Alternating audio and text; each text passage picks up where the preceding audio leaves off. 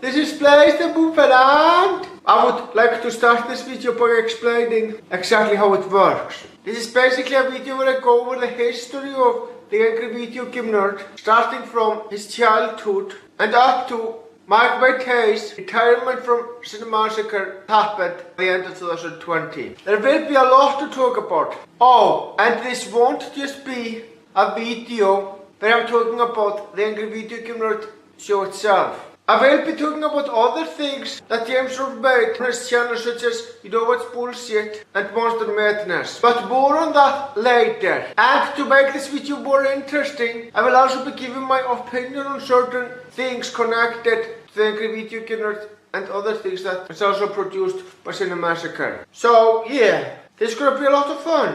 Now I'm gonna give credit to everyone who contributed to the document regarding this project. Yeah, I had a fucking document that everybody could contribute to, and a lot of people did in fact help me both by fact checking and by adding their own comments. And because of this, a lot of what I'm about to say in the video isn't information brought up by me, but instead some other people who helped me with this project too. So all of you did it, I want to thank you for it. The people I'm going to give credit to are Bath, Mr. Knight, C.K. Smith, 08, Isaac Rocks, Art Pasta, Butter Goddess, Kermis, Voyager, 1997, Ido, and PM Rants. Of course, credit to all of those people will also be in the video description below. Now, a link to everything is in the video description below. There will be links to all the videos that I talked about, as well as proof for the claims I'm making here. If you doubt anything that I say in this video, just check the links and you will see for yourself if my claims are accurate or not. So yeah, that's basically it. Now it's time to get started on the actual history. Now let's start by talking about his history long before James Robb joined YouTube and long before YouTube even was a thing and was even thought of. I could talk about the life on the internet back then, back when message boards were popular and everybody used those, but that's not relevant to the nerd, so I'm just gonna talk about what James Robb did in his life before fucking YouTube.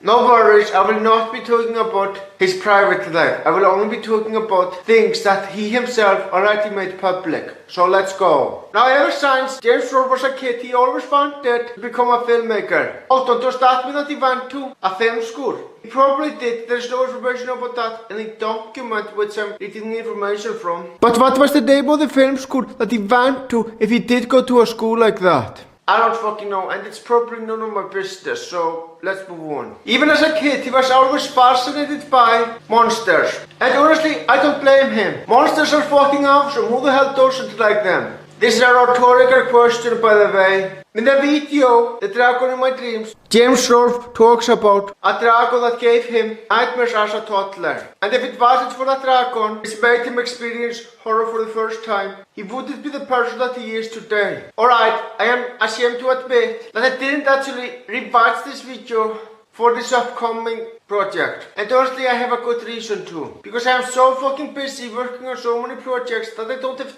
time to watch everything in preparation for this video.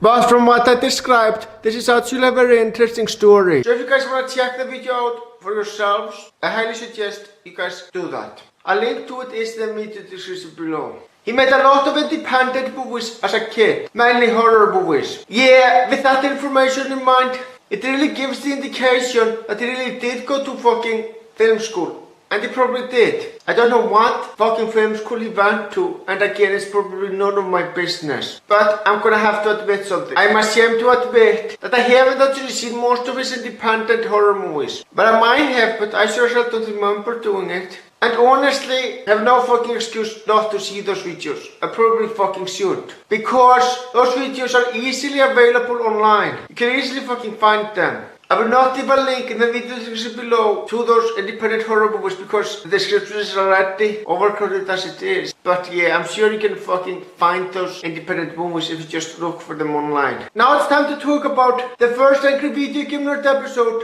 Castlevania 2 Simon's Quest. Now I know that some of you might be thinking, why the hell are you talking about it now? We haven't reached the beginning of his career yet. And you would be right. However, this review was actually made before James started his YouTube career. As a matter of fact, back then, this wasn't an Angry Video Game Nerd episode since the Angry Video Game Nerd didn't exist back then. It was just a regular ass review of a game that James wanted to get his frustration out regarding it. And honestly, unlike the majority of the Angry Video Game Nerd episodes, where I can easily tell that James is acting, I don't think that James is acting in this specific video at all. I think that he is completely serious with everything that he says. There's no other of anger or anything like that, which made the Angry Video Game Nerd so popular. But more on that when I start talking about his YouTube career. Anyway, yeah, I don't think he's acting. I think he was legitimately frustrated with the game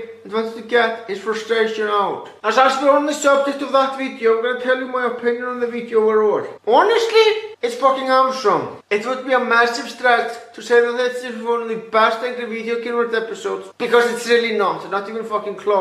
But it's still a very damn solid review, and I'm proud of the nerd for that. Or more specifically, I'm proud of James Rolfe himself for that. Yeah, this is one of the few AVGN episodes where I'm convinced that James Rolfe is playing himself instead of playing a character. Now, originally that review was uploaded on a VHS tape. You remember those VHS tapes? Yeah, I was never a fan of VHS to begin with. I did use VHS tapes briefly when I was a kid. In fact, that's how I did watch Toy Story back when it was due. I got a VHS tape on that. But I never fucking used VHS tapes when I became a teenager. In fact, I always preferred DVDs over VHS. Because let's be honest here, DVDs were objectively superior. So yeah, but anyway, I find that fact to be interesting. Of course, he recorded it on a VHS tape. What the hell other option does he have? YouTube wasn't even a thing back in 2004. So, he didn't really have many options. I mean, yes, video hosting sites did exist before YouTube did, but making videos online wasn't popular at all before 2006. I should know because I was a YouTuber back then. And yes, I did say 2006, because back in 2005 when the website started, it was obscure as shit and not many people knew about it. It was 2006 when the site became actually fucking popular. If you didn't know this, well, now you fucking know. YouTube was the website that made making videos online actually become popular. Before that, even though it was possible, it wasn't the popular thing to do. Most people used message boards instead back then. Video which James made before the Angry Video Game Nerd and YouTube was a thing was his review of the NES game Dr. Jekyll and Mr. Hyde. And I use that term very loosely because this is the fucking review. Seriously. He says fucking nothing about the game, except for the fact that the cane is not a fucking weapon, but other than that, he says fucking nothing. It's pathetic excuse for a video. It's definitely without doubt, without question, one of the worst Angry Video Game Nerd episodes. I mean, come the fuck on. Now, to be totally fair though, this video was made long before the Angry Video Game Nerd show was even made, and it was probably never meant to be a review in the first place, but instead just a rant where he was getting things off his chest. I can understand that. There is one thing though that the rants and the reviews have in common. You have to explain yourself in both. So the requirements to make a good rant are pretty much the same as the requirements to make a good review. I mean, after all, a negative review is really a rant. But just because there's a reason for something doesn't mean that it excuses its quality. And yeah, there's no excuse. This video was just fucking awful. Obviously, James Rolfe didn't know any better, but that doesn't fucking excuse it. So yeah, those two that I mentioned are the only fucking videos which the Angry Video Game Nerd made before the show even became a fucking thing. And yeah, his review of Chocolate Jekyll and Mr. Hyde is without doubt, without question, one of the worst Angry Video Game Nerd episodes. At least in most of the bad Angry Video Game Nerd episodes, the nerd actually explains himself. He didn't do that here. You know what? Let's just move on because I really don't want to fucking talk about this anymore. So let's go. Now he decided to call this series of 2 videos Bad NES games. And honestly, I wasn't aware that name was even a thing for a very fucking long time. In fact, I learned about the name long after, and by long after, I mean at least a fucking decade after I discovered the Angry Video Game Nerd. And what I think of the name, I gotta say, it is actually pretty interesting. Now, this was originally supposed to be a 2-parter. He was just gonna make a two-part series as jokes and not go any further than that. And honestly, I question if the information in the document is accurate about how these videos are supposed to be a fucking joke, because I don't buy it. In neither of the two videos, it doesn't seem like a joke. It seems like James Roll is 100% legit. But whatever. Yeah, this was originally supposed to be just a two-part series and nothing more. But due to the massive success of those two videos, it became a fucking full-fledged web series. And those web series is what I'm gonna talk about in the next section when I talk about when the Angry Video Game Nerd show started, aka 2006. So let's go. Now it's time to talk about the year 2006, aka the very beginning of the Angry Video Game Nerd. Now before I start talking about James Roll's career that year, let me just say that there is one thing that both me and him have in common. We both started our YouTube career back in 2006, and we are not alone on that. Sexy Phil, The Amazing Atheist, Emmer Prevost, may he rest in peace, Bookie, and many others started their YouTube careers that year. 2006 was a fucking revolutionary year for YouTube. That is when the website started to become popular. I mean, sure, it existed before then, but it didn't really become popular until 2006. There are a lot of popular users on the site that started that year. Oh, let's not forget, Thunderfoot started that year too. It is the year where YouTube officially became fucking popular. Alright, I'm done. Let's now start by getting back on topic. Let's talk about his career in fucking 2006. Let's go. So yeah, the show, Angry Video Game Nerd, officially began. Now, I wasn't aware of the Angry Video Game Nerd back in 2006 when he was popular. I was there at a totally different corner on the internet, aka a different corner on YouTube. But let me tell you, it was revolutionary for its time. Now I could go on and tell you the origin of the Angry Video Game Nerd show and give you some more background information. And I will. But before I do that, I am going to discuss what exactly made the show so fucking revolutionary, since it's obviously the most interesting thing to talk about. So let's go. Now the most notable thing about the Angry Video Game Nerd is the fact that the concept of the web series is that it's about a guy who gets angry at video games. Now of course nowadays it's nothing special, but the web series Angry Video Game Nerd is exactly what made that style of video making popular.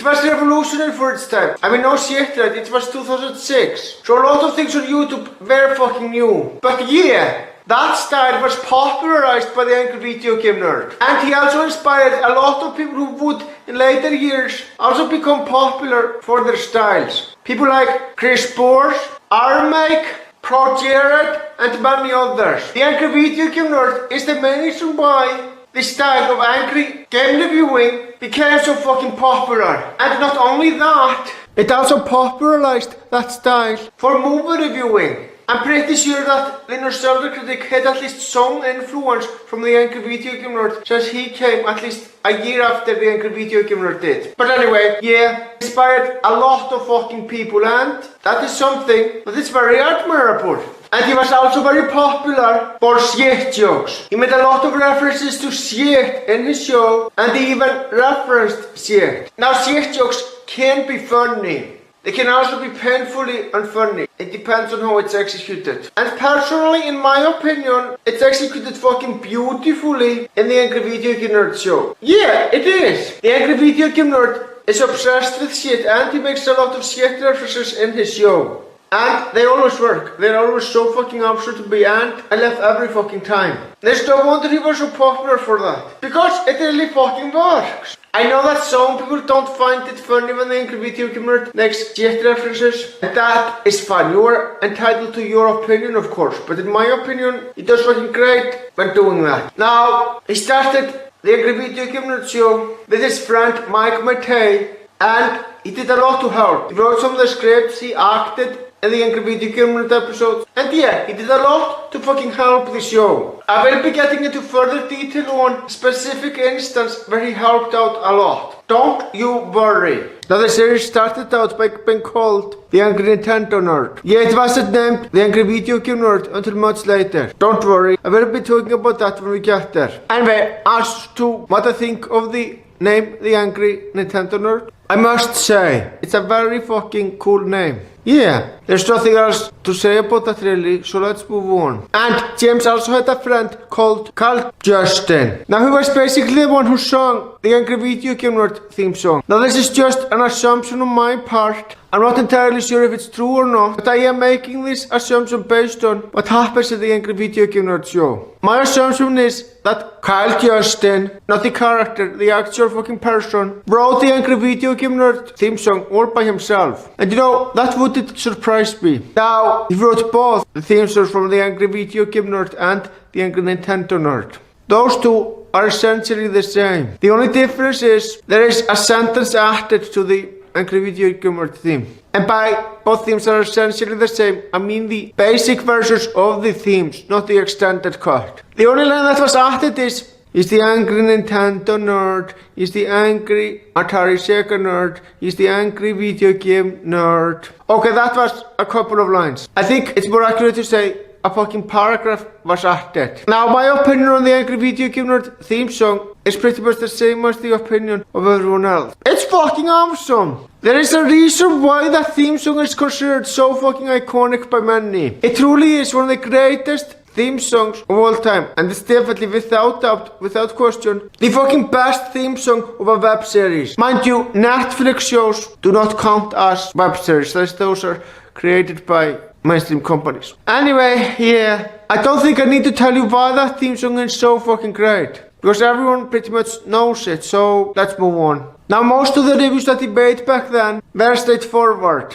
He didn't have skits or anything like that. It was just the Angry Video Game Nerd reviewing the games with angry reactions. A prime example of that is the Angry Video Game Nerd episode of My Kids. Yeah, honestly, I think this is one of the weakest Angry Video Game Nerd episodes. Why the hell did James Rolfe even choose this game for an Angry Video Game Nerd episode in the first place? I mean, from what I see, there is nothing actually wrong with that game. It's just a good, straightforward kids game. So what the hell is wrong with it exactly? I am asking what's wrong with it because the nerd doesn't bring up legitimate issues with the game. The majority of the video is just nitpicking and that's it. He doesn't bring up legitimate problems with the game, which sucks. But yeah, that particular episode, it's just worse than milk. What else can I say? Now, even though most of the Angry Video Game Nerd episodes were straightforward, the nerd occasionally had skits in the videos. The most notable example of that is the Angry Video Game Nerd episode of A Nightmare on Elm Street, which I am going to talk about right now. Honestly, it's a fucking awesome episode, and truly is one of the best Angry Video Game Nerd episodes, period. Now, Mike Matei did a lot of help in playing Freddy Krueger in that video. And he did a damn good job, I must say. I absolutely love how the Angry Video Game Nerd clones himself and the clones are arguing about who should take a shit. That is funny as hell. Now, Freddy is still the same comic relief villain that he is in the first A Nightmare on Elm Street movie, and I really fucking like that. Yeah, overall, just a great episode and one of the best. And not to mention, for 2006, this episode was actually revolutionary. Special effects in videos weren't as common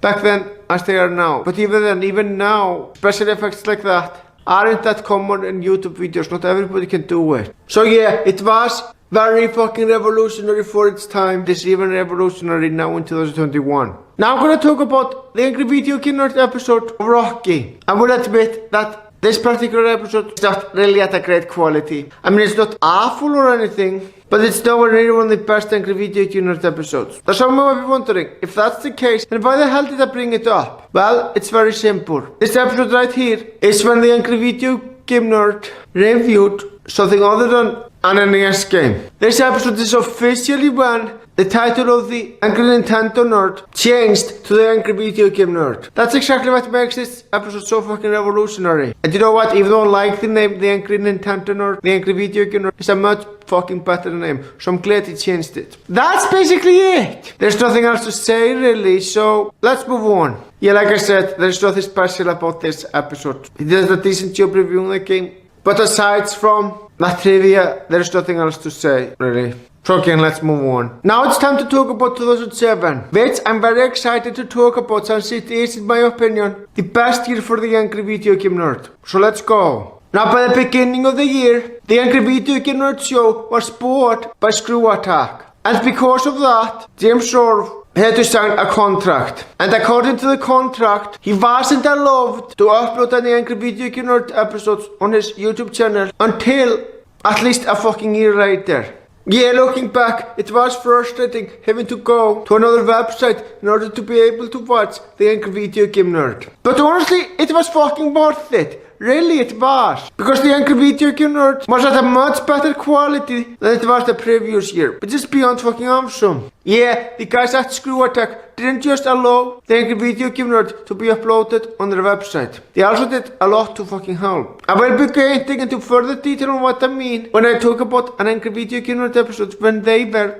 fucking big help. Now, James Shore started a satirical series called You Know What's Bullshit. And personally, I'm not a big fan of these series at all. All it is just nitpicking the hell out of things and making them look far worse than they actually are. Now to be fair, I understand that's the point, but I don't find it funny in the slightest. I just find the You Know What's Bullshit series fucking boring. Though I am willing to admit that I used to be a big fan of the You Know What's Bullshit series, but not anymore. I know many people like this series, and if you do, that's fine, but it's personally not for me. But yeah, he did try something different from the Angry Video Game Nerd. Although I'm not a fan of the You Know What's Bullshit series, I'm at least proud of him for trying something fucking new. Now I'm gonna talk about the Arid Gamer. Now I have said for years that the hate Chris Scott was completely unwarranted, and I stand by that 100%. So you know what? I am gonna defend him. First of all, he was not ripping off the Angry Video Game Nerd. That is bullshit, and you are a fucking moron if you genuinely believe that. He was inspired by the Angry Video Game Nerd. You fucking morons. I mean, sure, both the Angry Video Game Nerd and the Arid Gamer are about reviewing games in angry ways. I'm willing to admit that. But the Arid Gamer revolves more around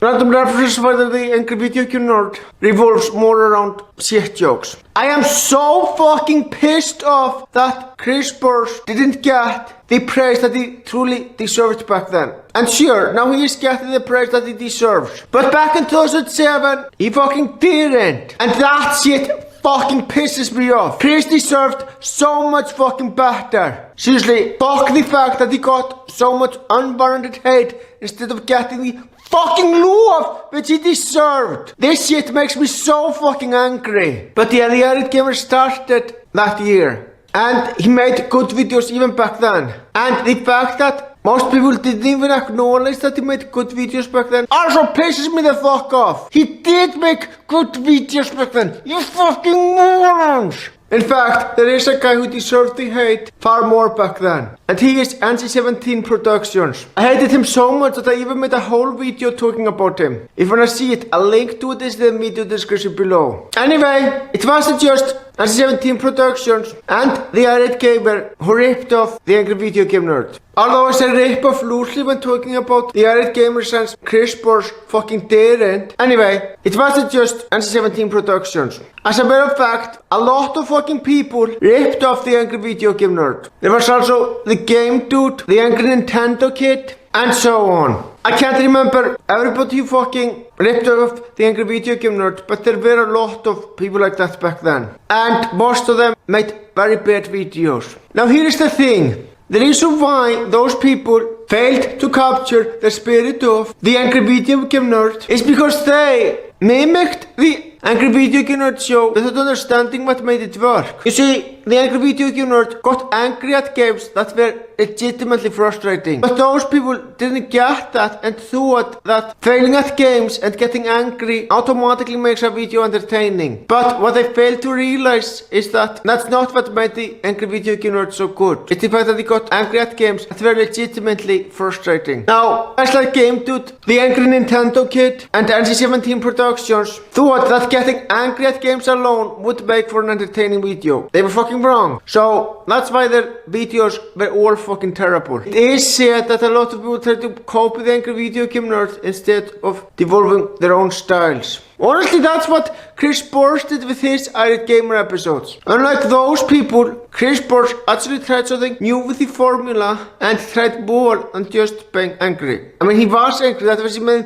fucking point of the Arid Gamer show. But he did more than that. And unlike most of these guys, he actually put real fucking effort into his videos. Which is why I still think he deserved far more credit than he actually got. Now I'm gonna talk about his Sega CD review. You see, there is something very special to note about it. He was reviewing Sega CD games and giving his opinions on not just some of the games, but the console overall. But that's not the most noteworthy thing about the video. The most noteworthy thing is that he made a fucking parody of the Sega CD commercial. And the parody was very fucking clever. Now I'm not too familiar with the original commercial, but yeah, it was still very fucking awesome, I must say. Now I'm gonna talk about Bugs Bunny's Birthday Blowout, which is a great video. Mike Matei of course plays as Bugs Bunny and he does a fucking amazing job. Now the angry video nerd plays the game of course and ends the video by shitting on Bugs Bunny, which I found funny as hell. Also, this video is related to a video which the angry video game nerd will make in a later year. So keep this in mind.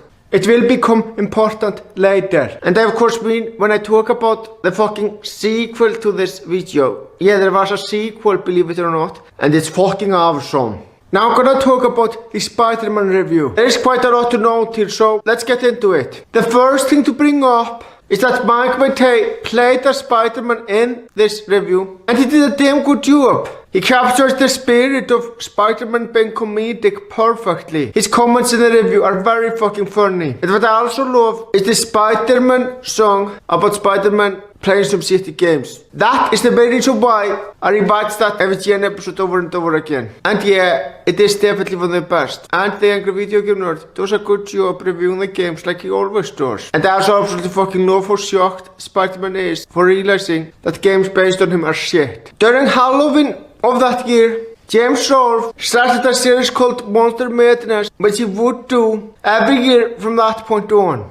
And I'm gonna have to be honest right now, I am not a fan of James's movie reviews at all. I will make a full video in 2022 explaining why, but in a nutshell, this might be a dick thing to say, but I really don't buy that he is a passionate movie fan. Because most of his movie reviews really aren't good. In fact, he does a much better job reviewing video games than he does movies. In the show, The Angry Video Game Nerd, he was always fucking better at reviewing video games than movies. So yeah, I really don't buy that he is more passionate about movies than he is about video games. If he was, his movie reviews would be a lot better than they actually are. But anyway, a lot of people did enjoy these videos and I can definitely understand why, and I will admit right off the bat that there used to be a time when I enjoyed his movie reviews. I don't anymore, but I used to. Not back in 2007 as I wasn't aware of his channel. More on that later. Speaking of Halloween specials, there is something very notable to note about the Halloween special that the Angry Video Game Nerd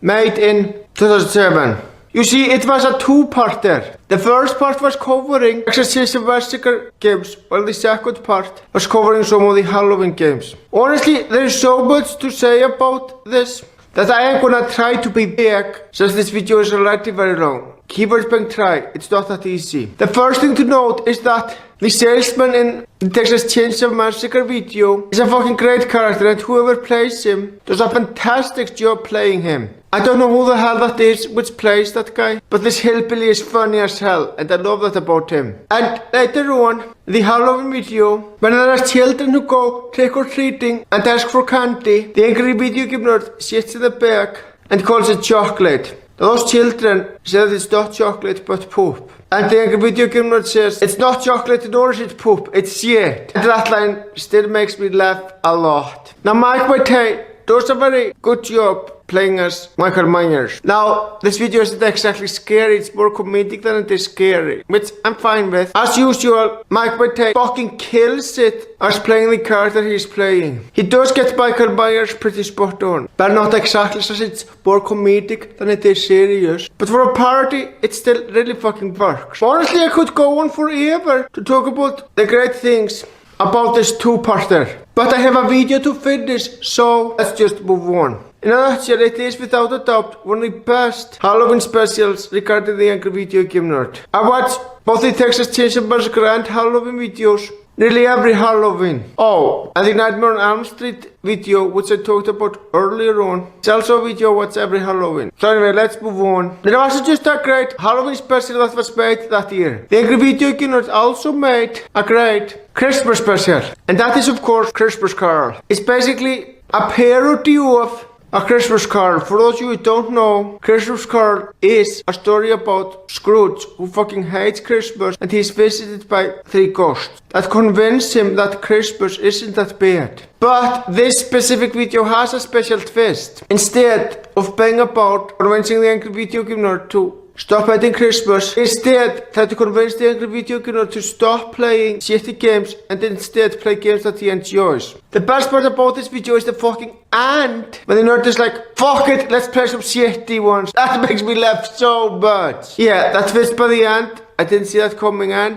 it's fucking awesome. Perhaps the funniest part about the video is when the Angry Video Game Nerd plays an older version of himself. And honestly, I find that funny as hell. What makes it even better is that I wouldn't at all be surprised if what happened in that scene really became reality. I don't think anybody would have predicted that he would still be playing the Angry Video Game Nerd, James Orwell that is, 15 fucking years later. And yet the nerd still does. There's no sign of him quitting anytime soon. And that is so fucking awesome. So yeah, that skit became more relevant with time, and it is the main reason why I watch this video over and over again. The old Angry Video Game Nerd is so fucking funny. He makes me laugh every time. For those of you who don't know, the old Angry Video Game Nerd was basically playing the Wii and basically called it a baby toy. The great thing about this line is that this statement actually became true less than a decade later, because that's exactly how the Wii is looked at now, and just a few years ago even, looking back.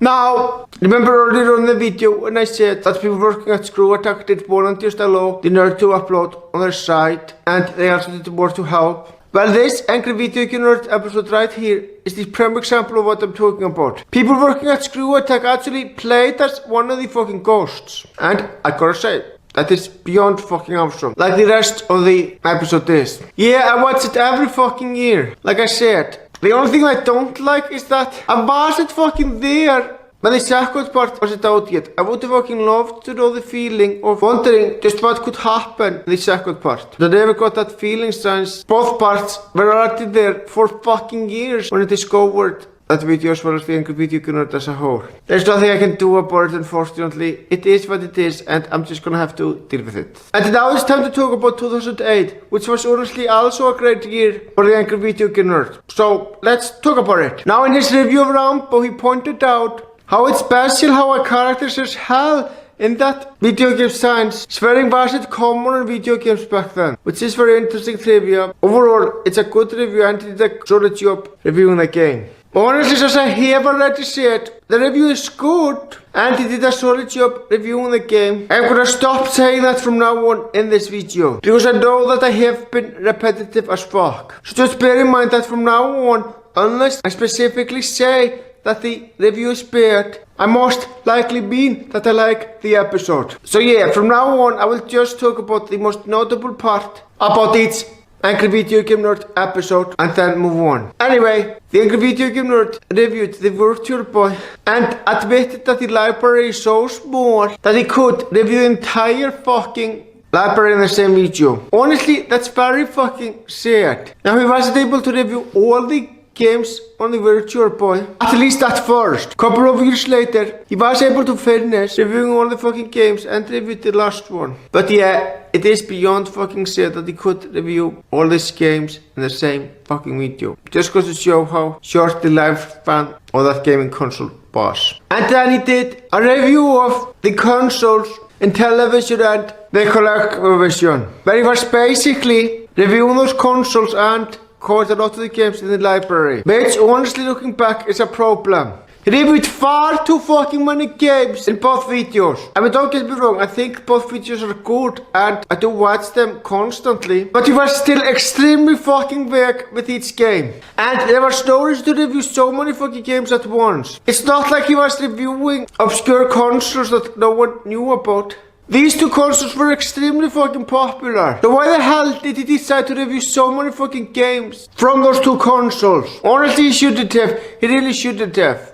I mean, I will admit, he did the same thing with the Sega CD and its add-ons, but there, he actually had a good reason to. Because those were not popular consoles and not many people played them. But with this, there is no fucking excuse as it is one of the most popular consoles at the time. Honestly, he should have saved review many of these games for another video so he can go into further detail. Again, not a bad video, but this is still a massive problem that I have with both parts of the video. Now, one big thing that I can praise about the video is the song double version that is sung by Kyle Justin. And as usual, he does a fucking amazing job. Now, I'm gonna bring back what I said earlier. I legitimately believe that he actually writes his own songs. If he does, that it's beyond fucking awesome. Of course, I can't really confirm if that's true, because I don't fucking know if he actually does, but I have a feeling that he does, since he's that fucking talented. Again, just an assumption on my part, nothing more. I might be right, I might be wrong, I don't fucking know, but I'm just assuming that he writes his own fucking songs.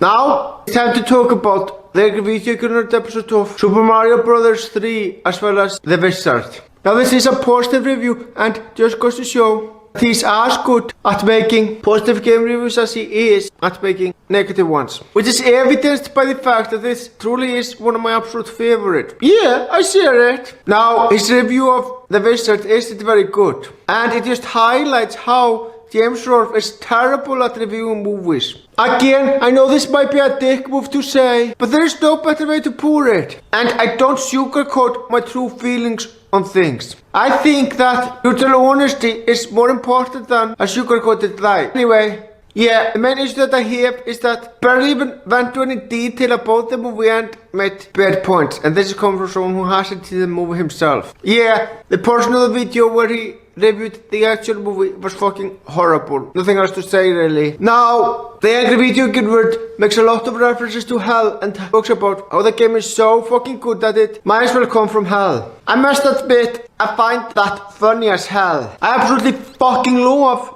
this episode for that. But these references to hell, that's not the best part. I will be talking about that next. Now, what I love about this episode the most is just how bizarre it is. By the very end of the episode, after the reviewing portion of Super Mario 3, it goes batshit insane. A bunch of fucking video game consoles start attacking the angry video game nerd for no reason, and he fights them. That is bizarre as hell, and I love it for that. And I can tell that a lot of effort was put into it. And to whoever made those special effects, I applaud them for the hard work, and it pays off. I also find it very fucking funny that the guy who constantly says, "Fuckers! Fuckers!" tells the angry video game nerd, "What's your fucking language?"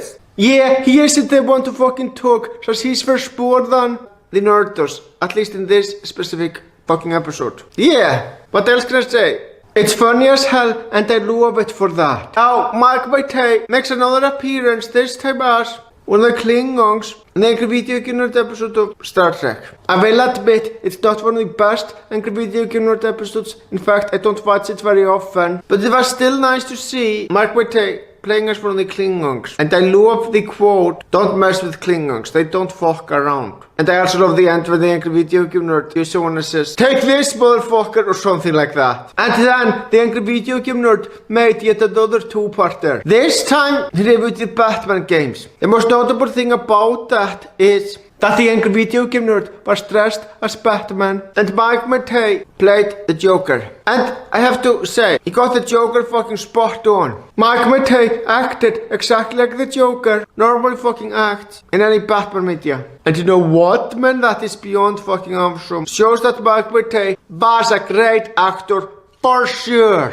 Yeah, the Joker there is definitely the best fucking part about the fucking video, both parts. Now, his review of Deadly Towers is something special, because he wasn't stating his thoughts on Deadly Towers. Instead, he was letting his fucking fans decide. Yeah, he gave his fans the opportunity to send emails where people talk about what they think of the game. Oh my god, this was such a great opportunity, and I never got it again. I really wish I would have known about the angry video game nerd back when he made that video, because I would have fucking loved to contribute. But honestly, I don't think it would have made much of a difference. He got so many fucking emails that what I said about the game would most likely have been fucking ignored anyway, so it wouldn't make any difference either way. The best I would get is a shout out that would most likely be ignored anyway. It still sucks that I wasn't aware of this back when this was due. I wish I fucking would have. And that's it. That's literally it. That's the only time in his entire fucking career when he let his fans decide. He never did this again ever after that. Which sucks. Now there's something special to note about the Angry Video Game Nerd episode of Battletoads. You see, Kyle Justin makes an appearance and does more than just fucking sing. He actually appears as a fucking character in the show. And the character is called the Guitar Guy. He says he has been behind the nerd's couch and feels so lonely. Obviously I know that's just the thing with the Angry Video Game Nerd episode. I know that it's not how Kyle himself feels. He's acting obviously. But the very notable thing to note about this episode though is that Kyle actually reviews Battletoads with the nerd. And though it's a good game, according to the Angry Video Game Nerd, it's fucking terrible as a two-player game, but still good as a single-player game. Yeah, that was worth noting for sure. And I really mean that. Now I'm gonna talk about the best Angry Video Game Nerd episode. You know, there's so much to say about this that I might as well make a fucking Video Thoughts episode on it one day. And maybe I will, who the hell knows. Anyway, I'm gonna go into the main reasons why this episode is so fucking awesome. Actually, there's only one important reason as to why I love that episode so fucking much. The Angry Video Game Nerd brings up legitimate problems with the game, and it's completely understandable why he's so fucking frustrated with it. And surprisingly, he does a good job talking about the movie that this game is based on. I mean, sure, he doesn't go into detail about the movie itself, but he still makes some pretty decent points about the movie, which is rare from him, but I really fucking like it. And then, Angry Video Game Nerd reviewed the CGI games. And wow, the CGI games are so weird and bizarre. Honestly, that's what makes this episode so fucking memorable. The games are so weirdly bad that it makes for an entertaining Angry Video Game Nerd episode. Especially because his reactions are priceless. They're very natural and I would probably react the same way. And the reactions are fucking funny. You know, there's no wonder that the CGI didn't sell well back in its day. If the games are so fucking weirdly bad, no wonder no one would bother with them. Though people could play these games ironically, but no, most people don't do that. Or the gameplay still sucks, so I wouldn't probably buy the games even for that anyway, I think. Now, the following which I'm about to talk about is information that I honestly don't know anything about. And because of that, I'm gonna read it directly off my phone, give an opinion if it's warranted. AVGN did a collaboration with another favorite YouTuber, the Nostalgia Critic. Hold on, are you absolutely sure about that? Because I did look and I found no collaboration with the Nostalgia Critic involving the Angry Video Game Nerd made in 2008. I mean, sure, I found some collaborations, but they were all made in the 2010s. So where the hell is that review that the Nostalgia Critic and the Angry Video Game Nerd did together? I don't fucking know. Anyway, let's continue reading. Did a confrontation at Guitar Press, video games at Clifford and GA, and after that they made another video. This time at IBTN's filming location. Okay, I know fucking nothing about that, but I will say though that I do find it interesting. Now that I think of it, there is actually something that I do know something about, which I forgot to write down in the document. But as I fucking remember that now, let's talk about it. And there was a fictional feud between the Angry Video Game Nerd and the Nostalgia Critic back in 2008. I am saying fictional feud because James Rolfe and Doug Walker themselves never had beef with each other. Their characters on the other hand fucking hated each other and couldn't stand each other.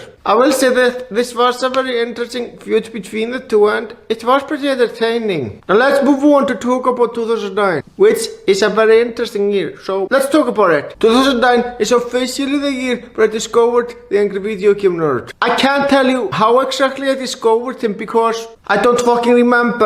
But I do remember this. I did in fact discover him in 2009. I wish I could give you specifics on how exactly I discovered him and what made me interested in his channel. But again, I don't fucking remember. All I remember is that I discovered him in 2009. That's it. Now in very early 2009, the Angry Video Game Nerd made a review of Michael Jackson's Moonwalker for the SNES. This is not the video that introduced me to the Angry Video Game Nerd. I know that much. Again, I don't fucking remember exactly how the hell I discovered him. But I do know this was not my introduction. How do I know this? Because I do recall that I was already fucking subscribed to him when the Angry Video Game Nerd uploaded the video. Which means that it was less than a fucking week when I discovered him. Because I do know for a fact that I discovered him back in 2009. So yeah, I just discovered him about a week after that. So this video was uploaded the first week of 2009.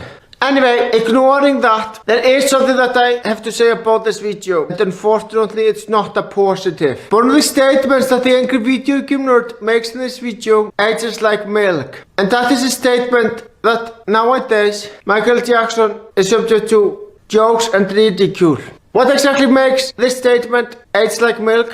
Well, bear in mind that 2009 is also the year when Michael Jackson passed away. If you look at that episode and take into consideration that it was uploaded the same year Michael Jackson died, it can easily be seen as tasteless. But it's not tasteless, and I'm gonna explain why. The video was made fucking months before Michael Jackson died. There's no way James Rolfe could have known that Michael Jackson would have died that year. But yeah, the statement definitely ages like milk though, because of that very fact. Now then, he brings up legitimate issues with the game like he always does. And the fact that everything looks the same and there's no indication on where you've been, yeah, that is some bullshit with the game. Especially since it's not a side-scrolling platformer, so you have to go all around the fucking place. But I haven't played the game myself, but I can imagine that's very fucking annoying. And then the Angry Video Game Nerd episode of the Magnavox Odyssey came out. Now there's something very noteworthy to note about that video. The Angry Video Game Nerd said a quote which is very true indeed. When it comes to going back to the past, you can't go much further than this. And he's right, it's the very first video game console ever made. And you know what? The video is very fucking informative. Now there was of course not much he could say since there wasn't much to do on the Magnavox Odyssey back then. You know what he did? He made the review fucking fun by introducing a talking shit that would help him out with the review. That is the funniest part of the episode and it makes me laugh every fucking time I see it. But that's not the best part about the video though. The best part about it is how fucking informative it is. This episode is a fucking classic because of that fact alone. And then James Rolfe started a series called Board Games. I won't say much about it now except for the fact that it's very interesting. But keep this in mind, it will become important later. And by later I mean when I talk about the best episode, so look out for that. Now for a long time, and a been a couple of months, James didn't make any new Angry Video Game Nerd episode. But eventually he made a video explaining why in a video called My NES Collection, and wow, it's fucking huge. Yeah, he explained exactly why he didn't make a new AVGN episode for such a fucking long time. And at the top of that he also showed his collection. Yeah, this was basically an update video where he was also showing his collection. There was a bunch of substance to it. But wow, the NES collection is fucking huge. I'm still not over that. That's honestly the most fucking awesome part about the video. Let's move on. And then came Bugs Bunny's Secret Castle, which is a great episode and one of my favorites. Yeah, I know I've said that a lot, but what the hell can I say? There are plenty of fucking great AVGN episodes. Now Mike Matei returns as Bugs Bunny, since this is basically a continuation of the Bugs Bunny episode from 37. You remember when we were in that section and I said that video will become important later? Well, this is what I meant. But yeah, Mike Matei fucking kills it as Bugs Bunny yet again. And this time, he's up for a fucking revenge. Hell yeah, that is so fucking awesome. Now of course in this episode, Bugs Bunny does you do dog trick. You know the trick he's famous for? And I have to say, it is fucking funny like it always is. And again, Mike Matei pulls off the character perfectly. Now the best part about this video is the fucking epic battle between Bugs Bunny and the Angry Video Game Nerd. In fact, it's one of the greatest battles in nerd history. I can tell a lot of effort was put into the fucking special effect. As a matter of fact, it looks a lot better than anything I and many others could ever do. Which is so fucking awesome. I wish I could make special effects as good as this episode does. But I can't, unfortunately, and that's something I'm gonna have to fucking live with. Now the guitar guy also makes an appearance in this video, and he is on the nerd side 100% and wants the angry video game nerd to fucking beat his ass, which is understandable, as he did in fact break the couch that he was laying under. Now, this is all that I like about this episode in particular. It's the fact that Bugs Bunny is made into a fucking villain, which I find interesting. Usually Bugs Bunny is not a villain, but this is a great changing phase, I will admit that. And it's a pretty fucking awesome idea too. Now for a long time I wanted to do a video thoughts episode on this particular video since it's so fucking awesome, but I never really got around to doing it. I still wanna fucking do it though, and maybe I will one day, who the hell knows. I just have lost interest in the angry video game nerd for the most part when it comes to responding to the videos at least. But no worries, I'm still a huge fan, which is why I made the video in the fucking first place. So yeah, I think you guys get my fucking point. I want to respond to the video and talk about how fucking awesome it is, but I never got around to it. Hopefully I will one day.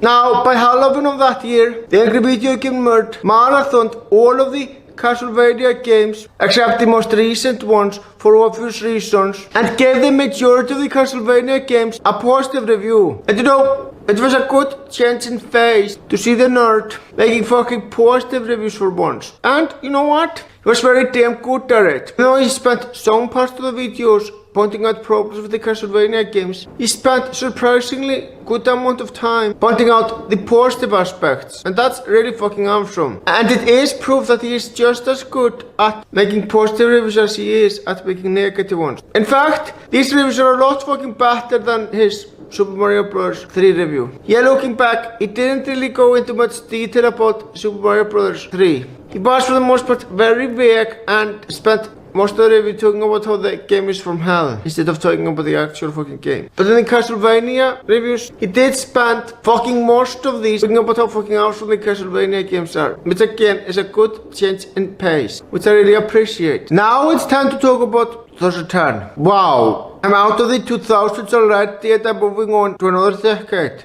That's interesting. And there is a lot more left to talk about too. A whole fucking decade of things to talk about. Since I'm ending this video in 2020. So let's continue. Now, the angry video game nerd started the year by reviewing Street Fighter 2010. And I must say, the joke he made by the beginning of that video was very fucking clever. Basically, he made it look like everything outside looks just like it does in the game Street Fighter 2010. As for the review itself, well, he brought up some very interesting points. My favorite point is when he brought up how it's bullshit that there is a very short time limit. You're not told about it, that you have to be as quick as fucking possible. Yeah, that is some bullshit. If a game is very challenging, which this game looks like it is, having a fucking time limit where only experienced gamers can get past is fucking bullshit, that no game should ever be like that. And then comes the angry video game nerd episode of Ninja Gaiden. Now there is something very special to note about this particular episode. You see, what's so notable about it is that Mike Batey didn't play as one of the characters in this episode. Someone else did. I don't know who the hell that guy is, so I can't say much about him. But it was interesting to see someone other than Mike Batey for a change. I'm sure it has happened before, such as with Christmas Carol and the Halloween special of 2007. But for the most part, it's fucking Mike Batey who plays the characters, or at least used to. More on the fact that Mike Batey quits in the massacre by the end of the video. Anyway, the actor in this episode is fucking brilliant. What else can I say? And I also fucking love how the angry video game nerd hates the Ninja Gaiden game for being too fucking hard. And when that ninja tries that game, he admits that he is fucking frustrated too. Must admit, that makes me laugh. And expecting the nerd to faster than a fucking fan is ridiculous. But it does make for some entertaining shit, let me tell you. Now, Aisha Larry did an RER on the angry video game nerds Bugs Bunny's Secret Chaos review, and I will admit, I did like it at the time, but I liked it less with time, and now I don't think it's a good episode at all. I would address the problems, but in a later year, I will be talking about a very damn good response to that video. So we will be discussing the problems when we get to that year. Anyway, before we move on and talk about the next thing, I'm gonna give you an introduction to Larry. Basically, he is a guy who made reviewing a reviewer series where he was making commentaries on bad reviewers at the time, such as The Arid Gamer. And even though I think The Arid Gamer's episodes are good now, I still think the reviewing portions, at least in the old videos, are poor. Nothing will take that away. Navigator, Game Dude, and of course NC17 Productions. The majority of the reviews which he covered in his reviewing a reviewer series were fucking bad. But he proved that he is not good at reviewing a reviewer, because when he covered a video that's actually good, I mean the angry video episode of Bugs Bunny's Crazy Castle, he screwed up big time. I'll get more on that later. Unfortunately, he also screwed up covering Angry Joe in a later year, which again proves that he was very bad at criticizing others. Now we're gonna talk about the Angry Video Nerd episode of World Quest. Now this episode is a special case, because you see, the Angry Video Nerd isn't just reviewing a game in this particular episode. He's giving information about a contest that existed back in the day. Basically, an Atari game was called Sword Quest, and people playing had to do a lot of fucking things and had a chance to receive a lot of prizes. Honestly, this episode is fucking awesome and extremely informative. It is without a doubt one of the most informative Angry Video Nerd episodes, and that's what I love about it. And the Angry Video Nerd also ends the video by explaining some bad news. The last prize was never fucking given since the Atari company was bought by someone else. Well, that sucks. It had potential. Regardless, it's a great video. And again, extremely fucking informative. And then, the Angry Video Nerd, the review of Action 52, which was requested for him to do a review on for fucking years. Now, I won't say anything about this video, aside from that, for now. But all I will say is that I did a video that's episode on it in 2016. So we'll get back to the subject of this video when we get there. Now it's time to talk about the absolute best Board Games episode. Without question, without a doubt. His fucking best one, and that is the Board Games episode of Mr. Bucket. Now what I love about it the most is that it's scary as hell. A toy is alive and is a fucking psychopath and wants to suck the nerd's dick. But he wants to suck his balls, but is there really any of a difference? But yeah, this video is scary as hell and I love it for it. It's really unfortunate that Board Games ended shortly after this episode, so I would have fucking loved to see more. But yeah, it is a fucking great one and absolute best out of the Board Games videos. It is one which I rewatch over and over again and never get tired of it. And then, the Angry Video Nerd made the episode Back to the Future revisited, which I honestly find pointless. I won't explain why, but I made a whole video about it in a later year. And I will be talking about it when we reach that year. Don't worry about it. And then, the Angry Video Nerd did a party of the Grinch by making a video titled How the Nerd Stole Christmas. And surprisingly, it was uploaded to the Cinemassacre channel instead of on Screw Attack. This video is fucking awesome. Unfortunately, it's one of the very few Christmas specials with the Angry Video Nerd that can actually be considered a fucking Christmas special. I mean, come on, winter games and Bible games, really? Those things only have vaguely to do with Christmas. Anyway, what I love about this video is that it's a fucking fantastic parody. Yeah, it is.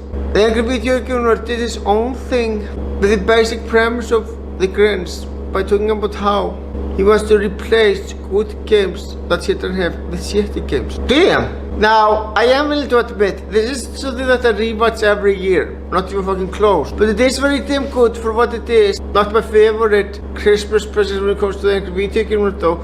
That's still a Christmas Carol. But yeah, it is one of the very few Angry Video Nerd episodes that can legitimately be considered a Christmas special. Now to think of it, why the hell hasn't the nerd reviewed any game that has Santa Claus in it? He never has, and I really don't understand why. Alright, there are 9 years left. Boy, that's such a fucking long time. Time to move on to 2011. Now for the beginning of the year, the Angry Video Nerd made a very special episode. a very noteworthy one. The 100th fucking episode, Rob the Robot. Considering that this is supposed to be an anniversary, it unfortunately doesn't age very well. I mean, it's not a bad episode, not by a long shot, but it's nowhere near one of the best. And I don't ever recall rewatching this episode, as it doesn't really have much rewatch value. But there is still a massive problem with that video, which I have to address. And I still find this very fucking disgusting. I am of course talking about the hypocrisy at the time. A lot of people wrongfully accused Chris Burrs of ripping off the angry video game nerd with his Irate Gamer show. As I've said many times, there are only 2 instances where this is actually valid. And that's with the Back to the Future review and the TMNT review. But other than that, you don't have a valid fucking point. What really pisses me off about this is people wrongfully accused him of ripping off the angry video game nerd. However, when the angry video game nerd actually, legitimately without a doubt, ripped off the Irate Gamer, nobody batted an eye. I mean, back in 2008, the Irate Gamer made an episode of Rob the Robot, and by the end of that episode, the Irate Gamer fought Rob the Robot. And in this video, the angry video game nerd fought Rob the Robot. Is this a coincidence? No, I fucking doubt it. I think that James Rolfe was intentionally copying from the Irate Gamer. But of course he knew that nobody would fucking care. Just the people back then were a bunch of hypocrites and only thought the Irate Gamer ripped off the angry video game nerd and didn't give a shit if the angry video game nerd did the same. Fucking disgusting. The only difference is it was bloodier in the angry video game nerd show. Oh, and also the fact that the Irate Gamer actually gave some useful, accurate fucking information about Rob the Robot. And the angry video game nerd lacked that, which is surprising as he usually gives useful information. Yeah, the hypocrisy at the time was fucking disgusting. They should have rightfully called the angry video game nerd out for ripping off the Irate Gamer. But it didn't, since people back then had double standards. Again, fucking disgusting. Now, Asia Larry and Razor Fist did a response to that video. And looking back, their response was fucking horrible. It was clearly fucking rushed and they nitpicked the hell out of the video. Though I will give both of them credit for this. They are right about one thing. The Irate Gamer did a much fucking better job reviewing Rob the Robot than the angry video gamer did. This is why you don't rip someone else off and take full advantage of it since nobody will bat an eye. Again, I still find that fucking disgusting. Anyway, unlike with Asia Larry, I actually have a lot of respect for Razor Fist. He's a smart guy and makes a lot of excellent points in a lot of his videos. Which is why I'm only surprised that he was even willing to make a video with Asia Larry. I mean, come on, he's a smart guy, he should have known better. Now, I don't hate Asia Larry, though I used to, but it's clearly not a good idea to work with him since he is terrible at criticizing others. And that video is sadly proof of that. The only good fucking point Asia Larry made in that video is that yes, Chris Burrs did a better job reviewing Rob the Robot. But other than that, yeah, it was full of pointless nitpicks, which is why that response looking back is fucking terrible. Now it's time to talk about Nintendo World Championships. Now some people might be wondering, what exactly is special about this specific episode? Well, Patty NES Punk is a guest star in this episode. For those of you who don't know who he is, well, he's basically an alright YouTuber. He's nothing special, but I still enjoy watching his videos occasionally. Even though I am subscribed to him, I don't watch his videos a lot. I think the best work he's done is with the angry video game nerd in this specific fucking episode. Now basically, Patty NES Punk has a humongous collection, almost as big as the fucking nerd. Now he has the rare Nintendo World Championships cartridge. And both the nerd and him agree that it must never be played since it is that fucking rare of an item. Which, honestly, I understand. Now the reason why this cartridge is so fucking rare is because it was a prize from a competition and was never produced after that. Which I find to be interesting. And I also pretty fucking love how Patty NES Punk says, "Oh, the fucking nerd, I know who that is." When he's told that it's the nerd, he's like, "Who?" But when he's told it's the fucking nerd, he knows it's the angry video game nerd. And it's so fucking funny and awesome. Now, I made a commentary on the angry video game nerd's Silver Server review. Now, many people didn't like it because it was pointless as I was only praising the video. But looking back, I honestly think that video is fucking awesome. So I'm gonna defend it right now. Yes, I was mostly praising the video, but who fucking cares? If most of my points were good, which they fucking were, That's all what you'd really bear by the end of the day. And yes, they fucking bear. They really fucking bear. I'm very damn proud of that video, and I was right. His review of the Silver Server truly is one of his best videos ever. He brought up legitimate points on how the game is very fucking frustrating. Yeah, I didn't bring this up in the 2007 section because I wanted to talk about it when I talked about one of my earliest videos responding to the Angry Video Game Nerd. Let's move on. Now, the Artsfiend made a terrible video on the Angry Video Game Nerd talking about how the Angry Video Game Nerd went downhill and shit like that. Looking back, I'm not that surprised that he made a video like that. He really was a jealous asshole, which is evidenced by the terrible videos he made on iJustine, who he rudely called I, her, and Shay Carl. So him making a jealous garbage video like this isn't surprising to me. Oh, and I don't buy for a second that he used to be a fan of the Angry Video Game Nerd and thought that he went downhill. Because all the complaints he had with the Angry Video Game Nerd episodes that were new at the time applied to the episodes made in 2006 as well. So yeah, I don't buy it for a second. I really think he was lying. Now, the Hero of Tomorrow made a great commentary on the Artsfiend's awful video. If you wanna see it, a link to it is in the video description below. Anyway, the best point that the Hero of Tomorrow made was that the Artsfiend has no fucking idea how making movies actually works. And you know what? The Hero of Tomorrow is right. He really fucking doesn't. Now, I know that the Hero of Tomorrow did quit making commentaries on other videos eventually, which honestly I'm fine with. After that, he put all of his focus on his reviews, which is great because I think his reviews are fucking awesome. Unfortunately, the Artsfiend was not alone. A lot of people accused the Angry Video Game Nerd of e-begging, which looking back was disgusting. He did not deserve it at all. And frankly, anybody who accused him of e-begging was a fucking moron. Because they don't realize how fucking expensive it is to make a movie. I'm sure James Rolfe made a lot of money back then and had more money than most people can even dream of. But even then, that's still not fucking enough to invest in making a fucking movie. Those people knew nothing about how the movie business actually works and had no room to talk, as again, they had no idea what the hell they were even talking about. Now, 2011 is also the year where James Rolfe officially announced the AVGN movie. And you know, that was a fucking awesome announcement. And of course, a lot of people were excited for it. I was too. It took fucking years for the movie to be finally complete, which is understandable. Instead of talking about the production of the movie itself, I am gonna talk about what happened at the Cinema Massacre channel in the meantime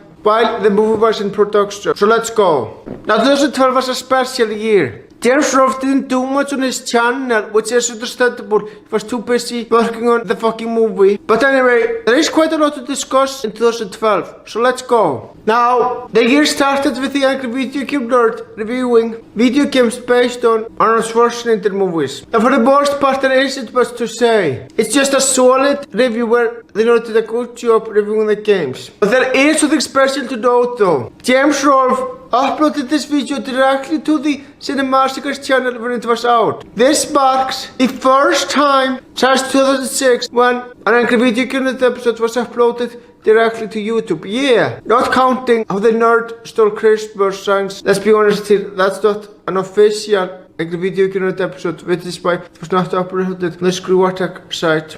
Actually, speaking of Screw Attack, there is something to note about Screw Attack before I move on. Eventually, Screw Attack died out.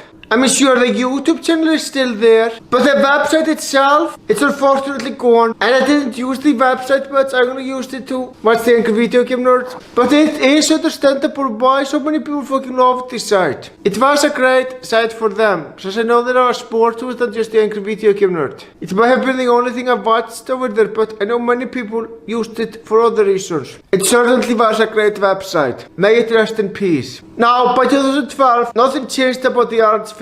He was still as petty as he was in 2011. He had irrational hatred towards Mike Matei. He called him out for blocking people when, who fucking cares?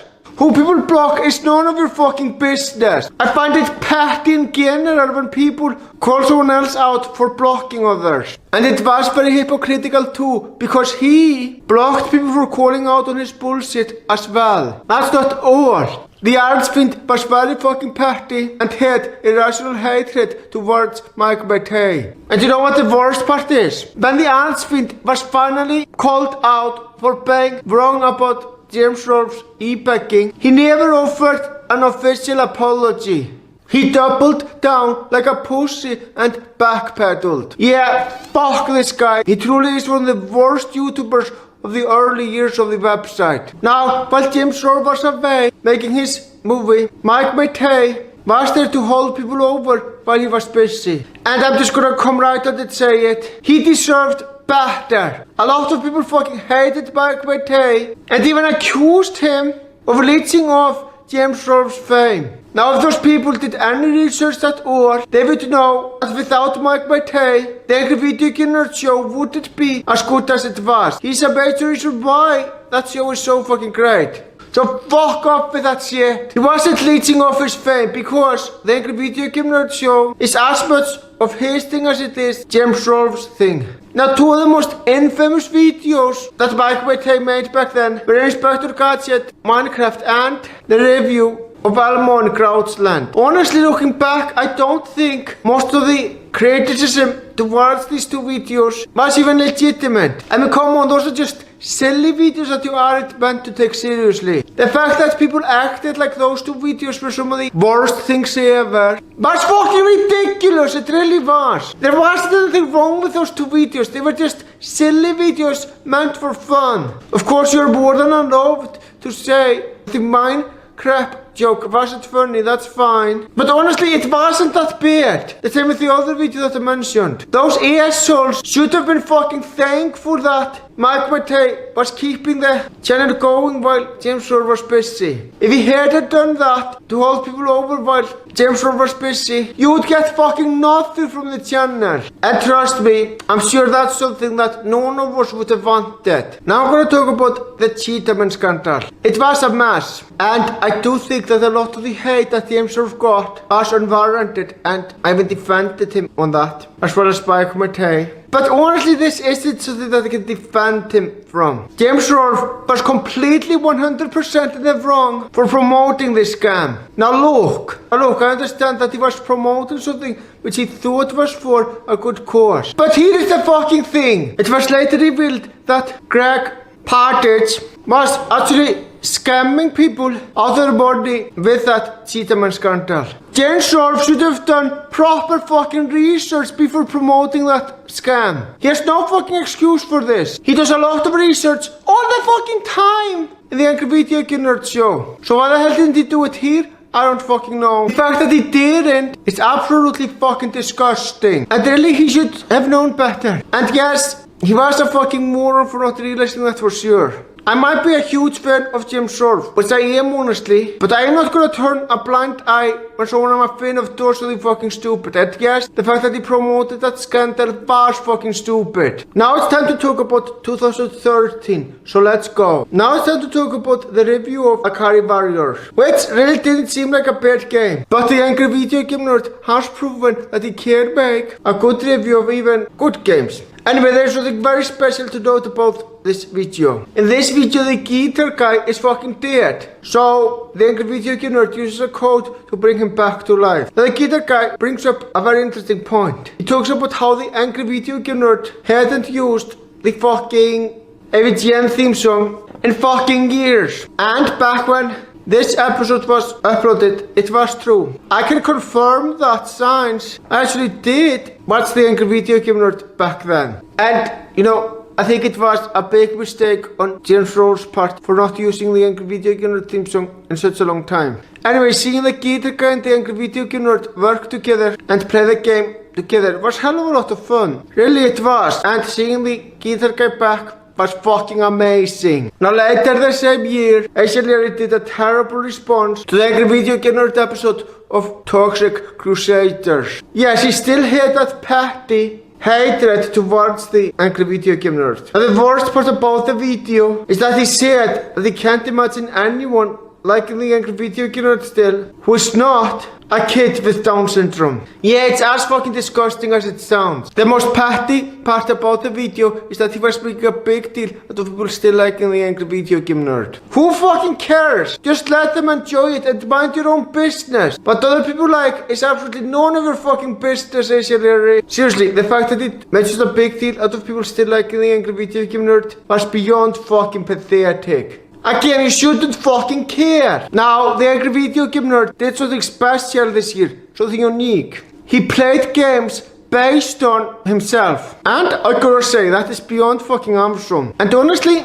I find the video funny as hell, especially because of his reactions towards games based on him.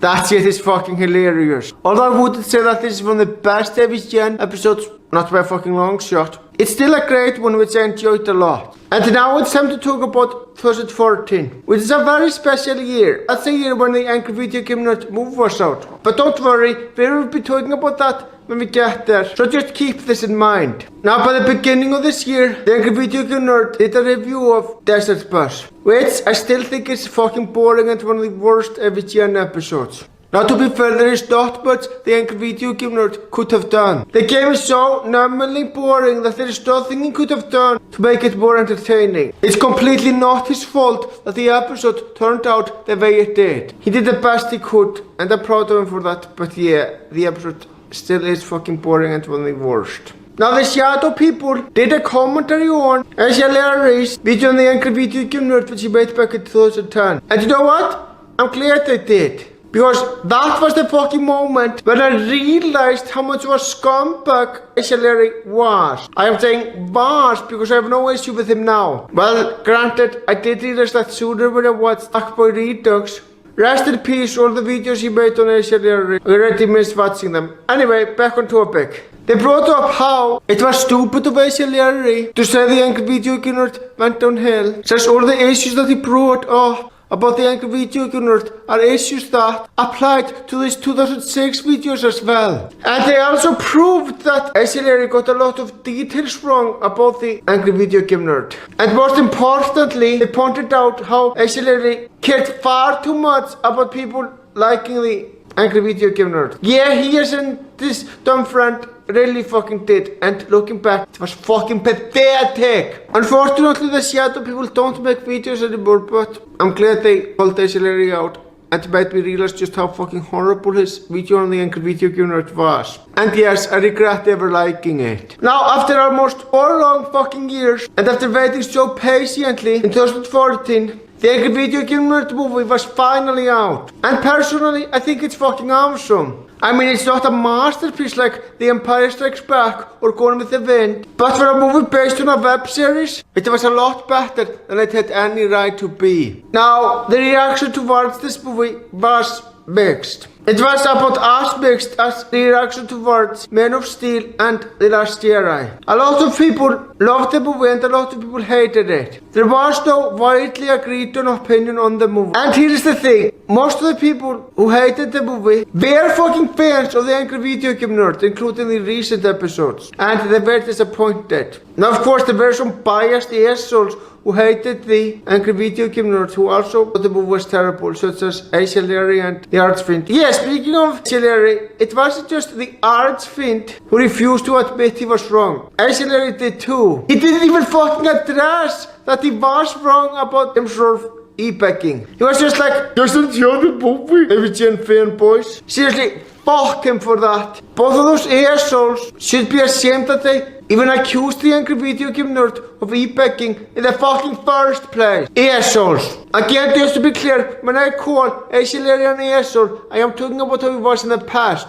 I have no issue with who he is now, and I sincerely mean that. But back then, he was a huge fucking scumbag. But yeah, waiting all this time was definitely fucking worth it. Again, the Angry Video Game Nerd movie is nowhere near a masterpiece, but I was still satisfied as a huge fan of the Angry Video Game Nerd.